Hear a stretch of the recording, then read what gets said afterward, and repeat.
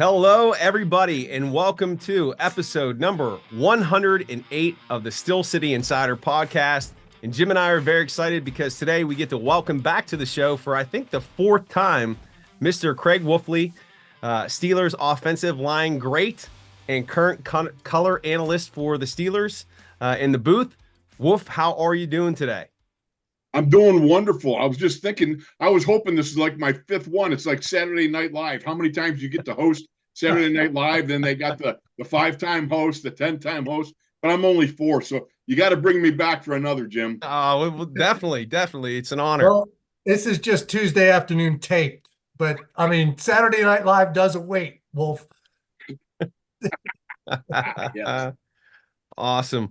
Well, Craig, I saw the columns that you had on the Insider talking about the draft haul that we had in terms of offensive linemen, and we had a little discussion before we got on here that this draft almost harkens back to that 1980 Steelers draft class that you were a part of, and we'll talk a little bit about that. But these offensive line picks, you have some great breakdowns of them, and we could start there with. And Jim, I'm going to get it right. You'll be proud of me. Troy Fautanu, and get your take on him. Well, Troy is really a remarkable athlete for an offensive lineman. And the fact is, of course, as we were talking earlier off the air, is like, how sexy is this draft? Well, you got 3 fat guys up front. But I say to you, we beat that in 1980 when we had 4. Yes, 4 hogs drafted over the course of 12 rounds. That's about as good as it gets. But certainly, I got to tell you this. I love watching what Troy Fautanu. All right, I got to work on that before the season starts. But if anyone does, you do, Wolf. I mean, being a team announcer and all. I know that's really pitiful on my part. I usually look at Billy and go, whatever he said when he said it. But Billy, what am I going to do? He's retired now, so now I got to find out how it's going to work. But regardless, look at. Troy is really a remarkable athlete for such a big man. He's able to move, and I love watching what he's capable of doing. But as I said earlier, when you and I, we were talking, and then when I wrote in the article, my first impression was, I love this guy at guard.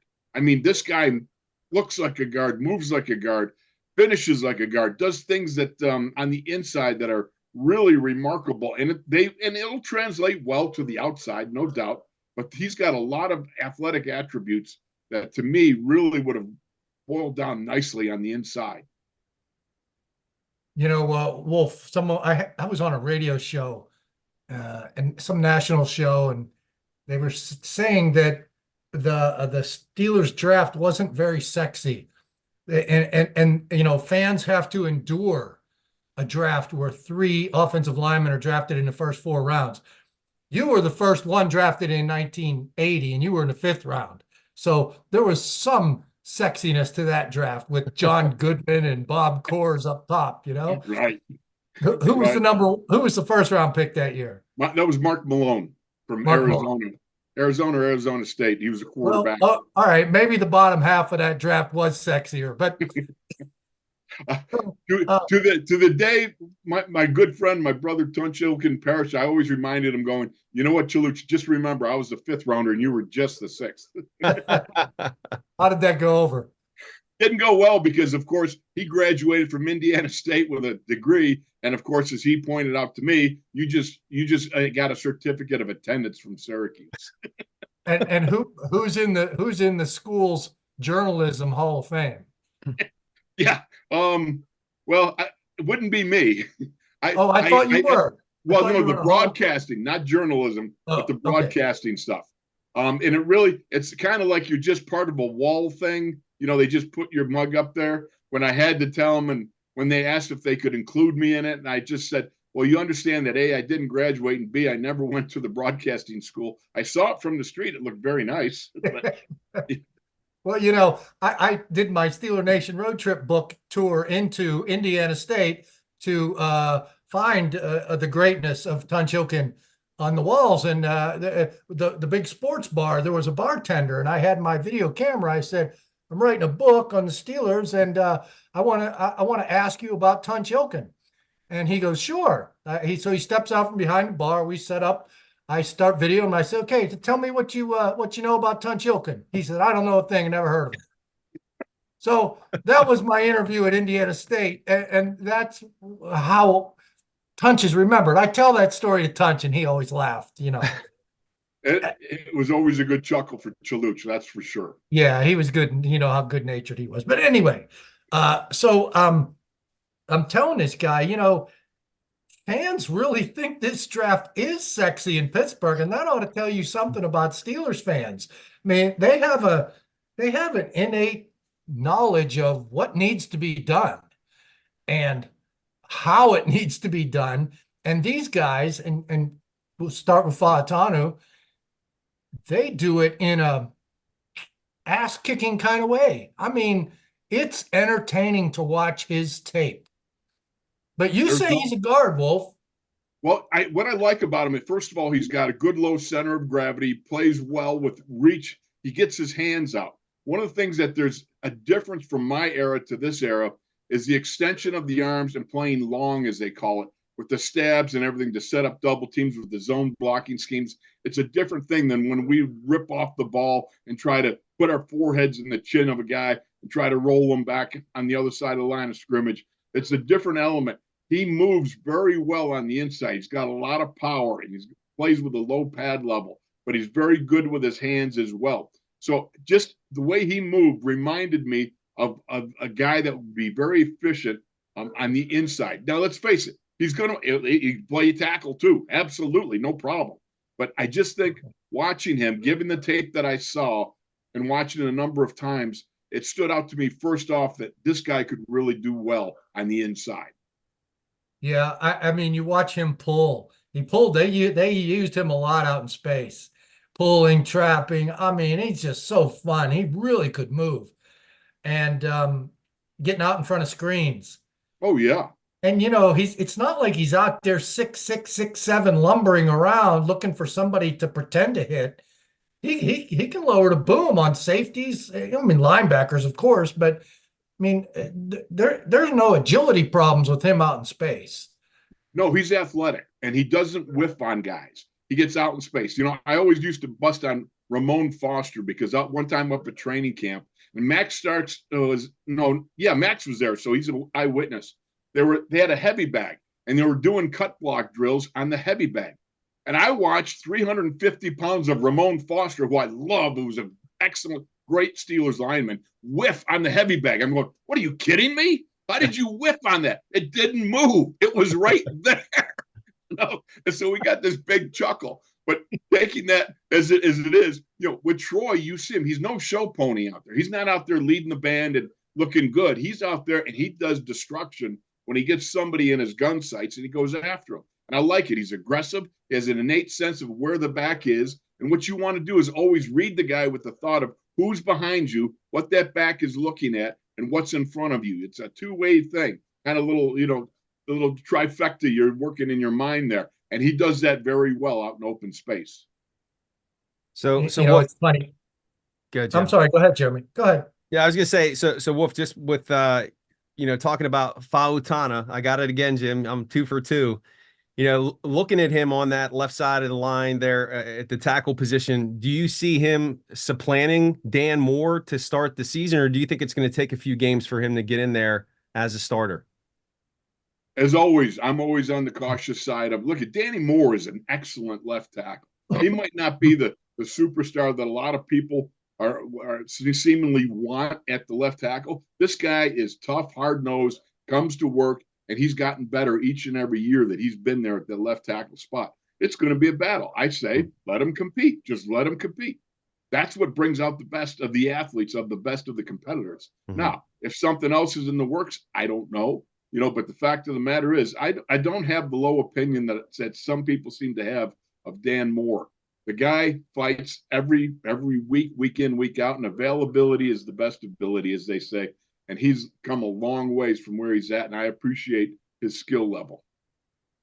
So, Wolf, what do you expect? I know you don't. You said you don't know, and I'm sure you're alluding to which side Fautanu is going to play. They're going to start him at. You want to get a rookie started at a spot, and if you're going to move Broderick Jones, you might as well do it early if you do it. you Well, there's expect no to see question that that quite possibly could be, and that's why the OTAs are going to be interesting to see how this all unfolds. Look, with the triumvirate of 3 offensive linemen, the bottom line is listening to Andy Weidel last year, Omar Khan last year, they talked over and over about needing a physicality type line, a line that is just a smash them up, crash them up, take over in the second half, ground and pound type of situation. And I love it. And, that's what you want to see. And that's the overall, what I see of these 3 offensive linemen. They bring that physical nature, that desire to block to the whistle, that desire to put a little jelly on their work. If you knock a guy down, you put a little elbow in the midriff, you push off on his face mask, you kneel on his chest, all accidentally, of course, but seriously, to make sure that you leave a marked impression, a calling card, if you will, about what you're about to go about in this whole afternoon of work. You're going to go after them, and you're going to be back, and you're going to be back for more. I was talking to Mark Bruner the other day, and I have a story coming tomorrow. Mark, of course, scouted Fautanu up in Seattle. Mark is a Husky. Mark was the last Husky they drafted in the first round, 29 years ago. Mark and I were rookies in 1995 together. Wow. I always thought I was the reason they went to the Super Bowl, but I figured that was probably Mark. But anyway, Mark used that I love this old saying that Fautanu blocks through the echo of the whistle. He's not cheap, but through the echo. And today, in your story on Mason McCormick, Mayhem, as you called him, which is a great commercial series. I love that Mayhem series. So I could only think of that commercial when you were writing. You wrote, he plays through the echo of the whistle in the next block or park, or I forget next valley over. The next valley over. Yes, exactly so. Look, I appreciate guys that hustle to the whistle. You want that. You want to have guys that set that sort of pace. They're finishers. They play to that whistle, and it keeps guys, sheriff in the pile, doing all those sorts of things. It keeps guys kind of, on the lookout, and it tires defensive linemen out through the course of the day. It's like you're constantly harassing the defense. Good. That's what you want, that extra effort. Well, you also get guys that kind of can push it a little bit, the limits of what the whistle is all about, and that's one of the things that I like about Mason McCormick. Mason is one of those guys, as Zach Frazier is too, where it's like, don't be standing around the pile, be about finishing your business, anticipate the fact that you're going to be in a little bit of a brawl throughout the day. And that's the way it is, and I like that. It's just setting a Steelers, it's a Steelers thing way back in the 70s, through the Super Bowl teams. That offensive line was a tough, rough group of guys that played hard, was physical, and beat on guys throughout a game. They were noted for that, the Steeler lines through the 2000s, when you got the Faneca, Big Red type guys, Marquise Pouncey and the Ramon Fosters and so forth, the Marvell Smiths and that. Those guys were all rough, tough guys and played to the whistle. And you love that extra effort. You want to see that extra effort. I asked Mark about the fact that Fautanu played left tackle for a left-handed quarterback. Does that diminish his ability as a blindside protector? Should we not expect much out of this left tackle? He laughed. He ran the stats by me about how many sacks he's given up, how many pressures. And he said, college teams especially still use their best pass rusher on the right side of the defense. So he had to deal with the best pass rushers in college football. And the other thing I wanted to say is I would be shocked if at rookie minicamp, if Fautano's starting out on the right side. And I think if they start him out at the left side in rookie minicamp, I think he's going to stay there. And I don't see Dan Moore going to right tackle. I see Broderick staying at right tackle. He played so well there last year. Yeah. So that's just my opinion. I don't see them making all those moves to accommodate a rookie, basically. No, I don't. I think you're closer to being right than I am to not knowing what's going on. I just look at it, and Broderick is such an athlete, very capable.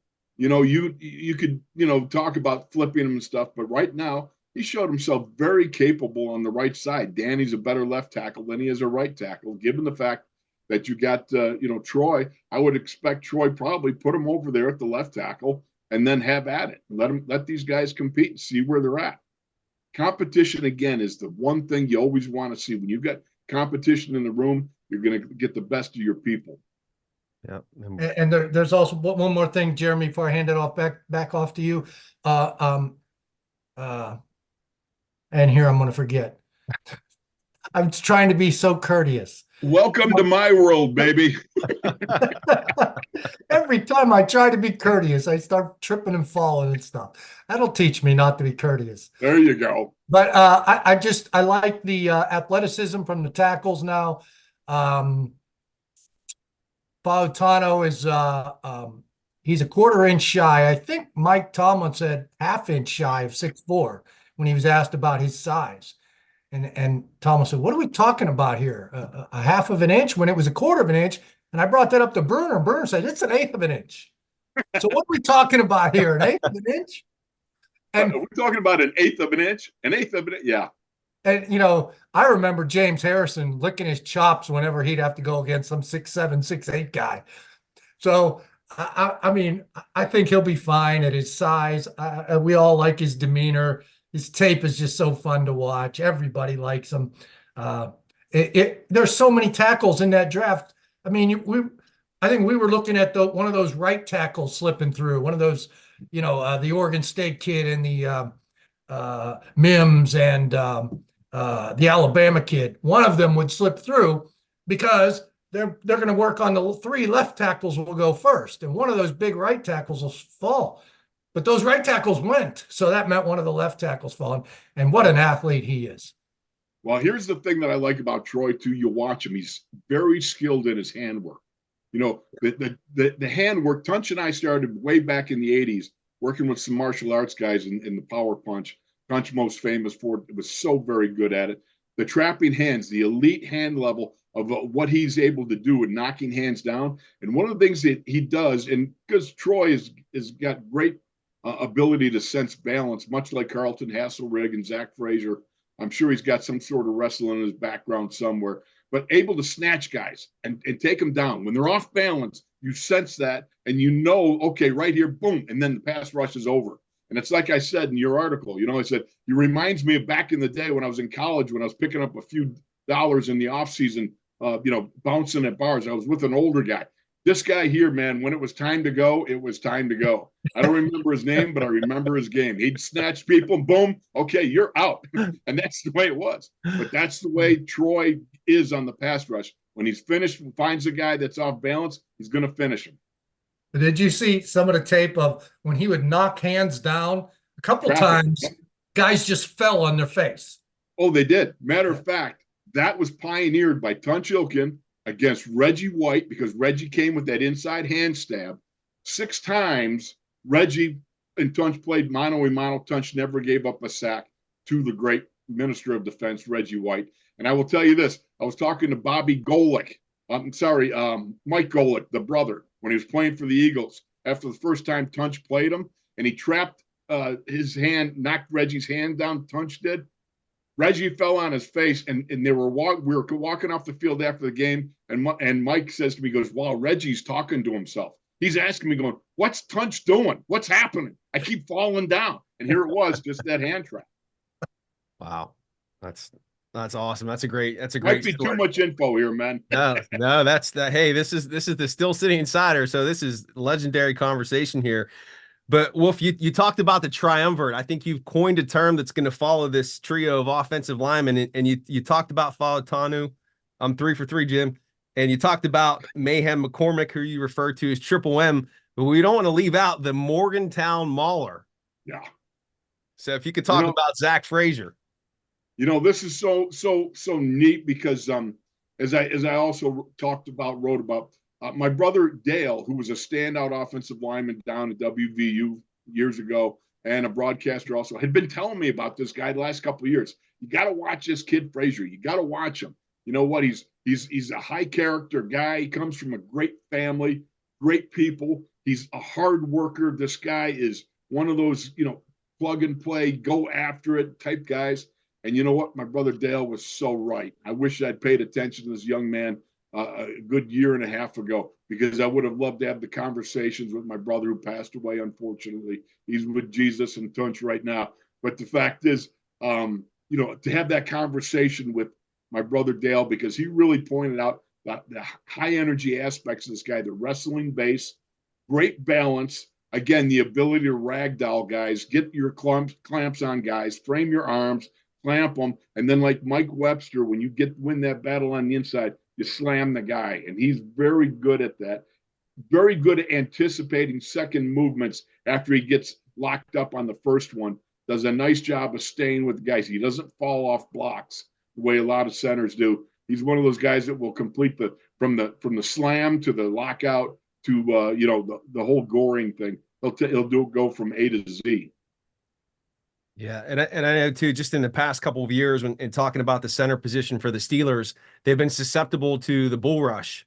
Going with Kendrick Green, even Mason Cole the last few years, maybe not so much with Cole, but that's something that you pointed out in your column, that's something that Frazier really excels in, is stifling that bull rush and hunkering down. Right, exactly. He can snap that ball excellently, even with big meat on his nose.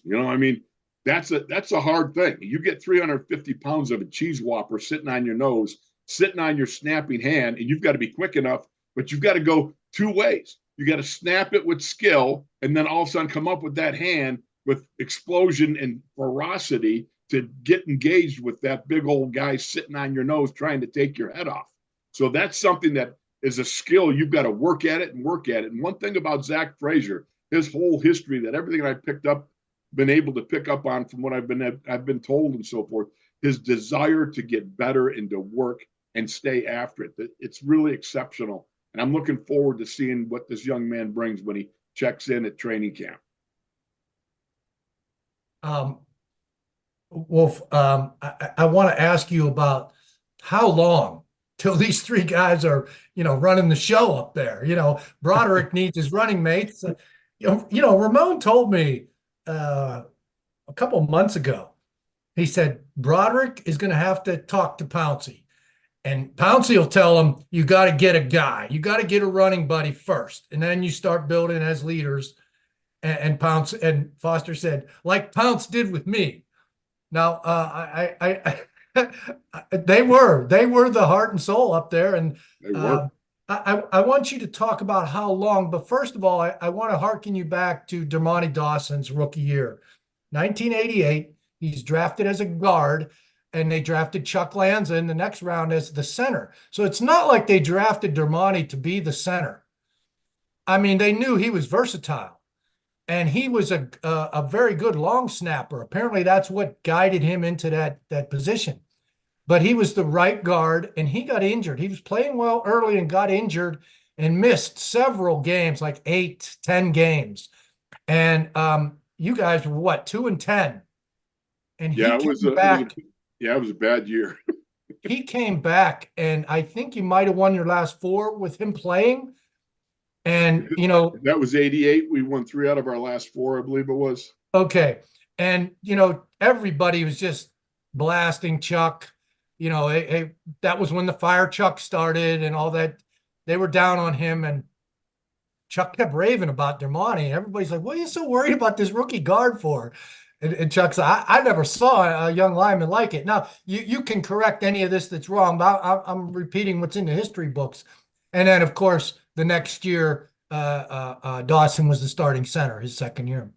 But what do you recall from Dermontti, and then lead us into how long it's going to take these guys? We'll see. You know what I mean? You look at a guy like Troy. He's a little more efficient and pro ready, I think, than say Mason McCormick. Because there's a bigger jump that he's got to make. That being Mason from the AA to the pros. But I look at all three are fairly. They're physical. So, as for Dermontti as a rookie, here's the thing about Dermontti. They immediately put him in a guard again because Mike Webster was still there, and they played Dermontti, and there was no replacing Webby at that point. They're looking to the next year that's where they made the switch, but they wanted to get Dermontti on the field because he was so explosive. The one thing you noticed about Dermontti is that his physicality, his ability to drop guys and run out in the open field and hit guys was readily apparent. And his skill level, he had been a shot putter, so his explosivity was readily apparent when you watch him in practice. I mean, I just knew watching him going, this dude's going to play, and he's going to play quickly. And that next year was when they handed it over to Dermani, and Dermani became Dermani, and then actually did things that only Dermani did. We were one of the first teams that I can remember pulling the center, because the center would pull and go out on traps. So Dermani was really remarkable. He set a new standard in offensive line play at centers in that area. I'm going to harken back to a low play of the 1989 playoffs. The next year you guys were in Denver. Yes. Fourth quarter, Dermani had to leave the game because he had a little altitude sickness, apparently. Had to leave the game for a snap. Chuck Lanza comes in, shotgun snaps it into the ankle of a guy who was in motion. I don't know if you guys lost the ball, but you lost yardage. Yeah. I'm sorry, I don't really remember all that. That's a lot of years ago, a lot of snaps ago, and a couple of concussions ago. that was maybe the best couple of games in the 80s for you guys. I mean, yeah, that Denver game was, yeah.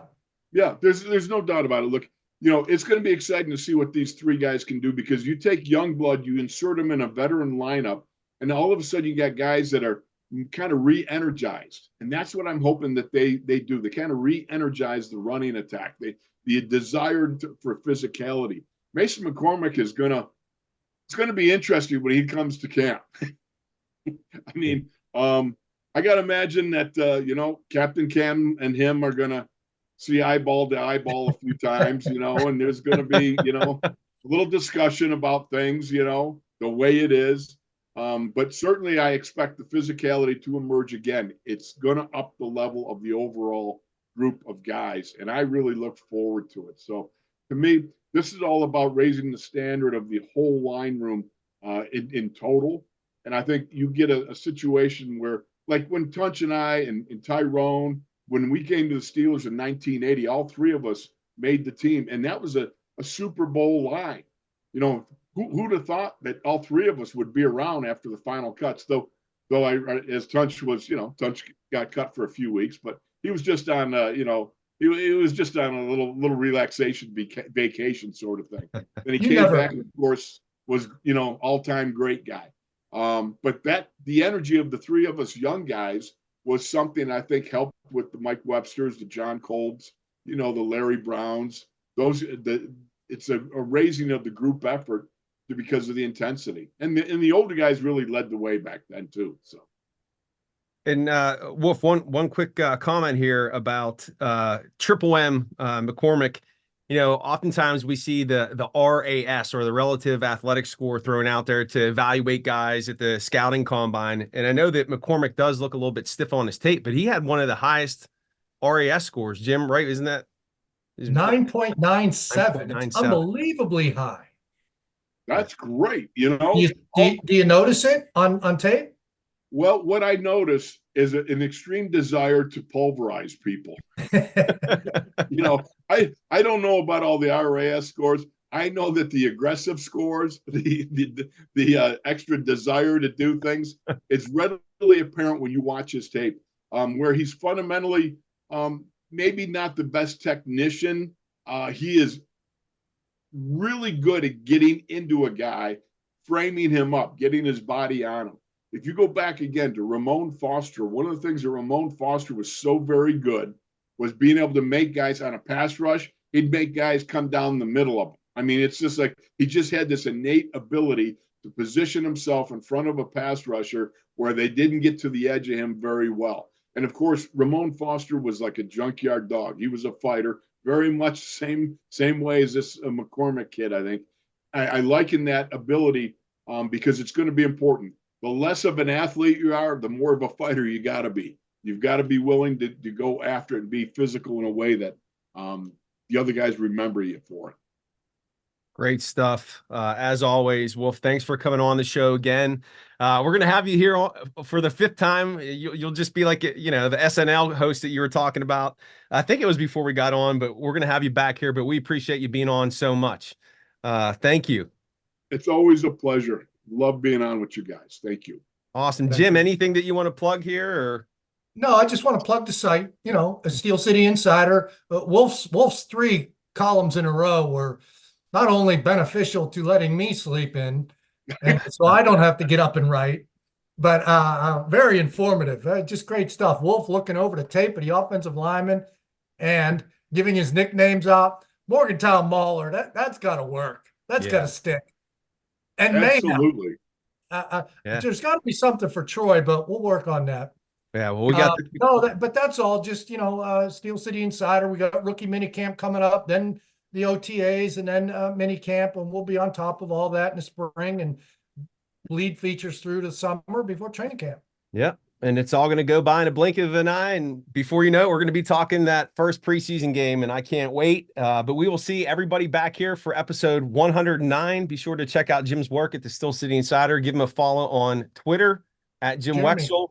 Yes. Jeremy, don't you have something Jim, I completely forgot. Yes. So you it looked like a pretty good deal. We can make $500, you say? Yes. Yeah. So Jim always teases me about being a former principal, now a day trader, investor in the markets. So I wanted to put out there part of my new business, Courage Pays Better Than Fear Trading. I'm going to be hosting a free trading and investing boot camp for beginners. So if you've ever had a desire to learn how to trade the stock market or invest in the stock market carefully and conservatively and protecting your risk, please check out the link in the show notes. There will be more information there. It'll be led by me, yours truly. But that'll be May 23rd, noon to 4 p.m. Eastern time. And I'm going to be giving away a $50,000 funded trading account. It's an audition account. I'll explain more in the webinar.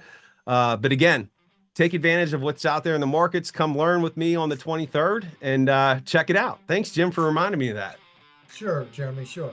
All right. Well, we will see you back here next week for episode 109 of the Steel City Insider podcast. Have a great week, everybody. See you, fellas.